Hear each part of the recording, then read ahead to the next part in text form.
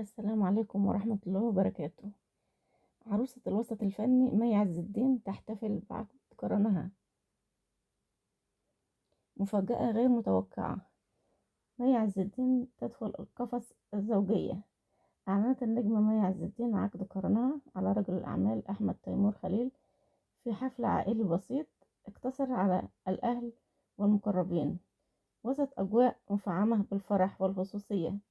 ونشرت مي عز الدين على حسابها الرسمي على انستجرام مجموعة من الصور وثقت لحظات عقد قرنها، وظهرت خلالها بإطلالة راقية وبسيطة نالت إعجاب جمهورها ومتابعيها الذين بادروا بتهنئتها متمنين لها حياة سعيدة.